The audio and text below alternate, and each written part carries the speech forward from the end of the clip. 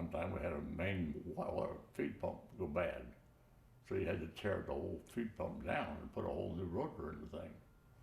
And those other guys, the guy who had that division never came in the engine room. He never, the boilers, we had trouble with boilers. They would blow a tube in them. You'd have to go inside the tube, like you inside the boiler, and cut into it. And the fact of the matter is, the story there, I was B division officer at the time, and came up and told me, said we blew a boiler tube. We shouldn't have done what we did. We're not supposed to do what we did, but you're not going to sit out there during wartime and drive 15 knots and submarine do 16. So it took 22 hours to shut a boiler down. And you had that much room behind the boiler to work. It was about 130 degrees right there when you're working there. So you take my torch, we cut in the water and go in there and weld the tube back and shut it back up and turn it back on. Mm. So I would been there and been in this engine room 22 hours. And by the degrees, I got up and took a shower and went to bed just as I reached the covers. Mr. Key, we just blew a tube in another boiler. I went back in the engine room and spent another 22 hours fixing the other boiler with a guy with a torch. And I went back up and went to bed, and that was the night that the Japanese ceased fire. And everybody tried to get me up. They poured water. I slept 20 some hours, I think. They tried to get me up. They tried to wake me up. And never, there wasn't any waking up. But I spent 44 hours in the engine room at 130, 40 degrees. And, but you didn't want that ship running out there at 15 knots. You wanted it running 25 knots. Of course, yeah. Yeah, but just do what you had to do. That's all you did. Yeah. Is there anything you'd like to add at all? I don't. What I said was just it was a great experience. I don't care for it again, but I learned an awful lot. You know, and well, of course, the education loan that the academy they gave you 4 months of marine engineering. That was a short-term education, but no, I don't. I don't know what other experiences. Your job was just to run the show. You know, that was what our job was. And there was a bunch of kids, and we did it. All the engineering officers were all a bunch of young.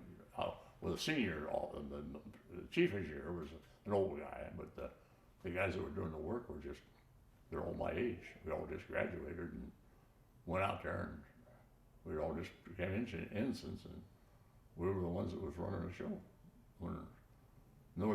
You stood watch, 4 hours on. At that time, you were the head of the deal. It was your department. If anything happened, it was yours. But we didn't have very much troubles in the engineering department. Had troubles outside the boilers. That was the only trouble we had. And, well, something was going on, but nothing serious. Well, I said it was just a great experience to go through, and the people. I've never mentioned this, but we picked up a lot of people that had been through an awful lot. Like the 3,500 people we picked up and went to Ewell when we took them to Pearl Harbor, talking to some of those guys. And we talked to other people that's been on the ships. The ship was sunk, and we bring them back to the States. I talked to a lot of them sitting around and talk to them, and you talk the stories that they would tell you that it was rough with those people. It was rough. Getting the ship sunk out from underneath you and get picked up and things like that. The stories. And I had a guy that I talked to that was going back to Pearl Harbor from Anahuac. He was walking around and had 26 pieces of silk stuck through his body. He'd been shot 26 times. And his arms and legs had never hit a vessel, never hit a bone. He was out walking around. I talked to the man. Could never believe it. And all they did was just stick a piece of silk through here, where the bullet went through. That's it. Just a piece of silk. Just a piece of silk to keep it from closing up. But he had silk hanging all over him, through his arms and all through his legs, and never hit a bone and never hit a vessel. You think it wasn't his day? Wow. Huh? Yeah, you're right. But I saw, a lot of that kind of stuff. That not that bad, but Yeah. But to put 3,500 guys all shot up, to see 3,500 guys come on a ship all shot up was, just hate to think about something like that. Of course, they were so much happier than the people who didn't get off the island, True. We saw all that, and we had a hospital ship. We had a hospital on the ship. That, as his book says, it was I don't know what we could handle, but we could handle a lot of people. And we had 2 doctors permanently on the ship, so we had a wounded on the ship most of the time coming back. But the other guys would just to talk to them and hear their stories that we had it easy. That's about this. You could think up stories for the whole day, for God's sake. Stories that happened to you during those years, but it was. I think the museum is doing a fantastic job, and I like it. I just can't imagine the number of people that come into the place. But I'm down there anytime they have something open or anything. I'm always invited down there.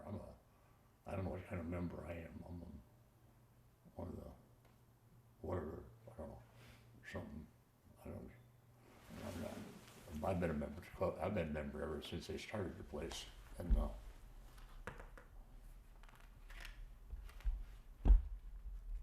Patriots, sir. That's what it is. Oh, that's right. Okay. Oh yeah, that's. I just learned about that yesterday. Yeah, well, I've been one ever since they started. Wow. I think they did a fantastic job there. I don't think anybody ever realized what they were going to do with that, what they've done with it. Well,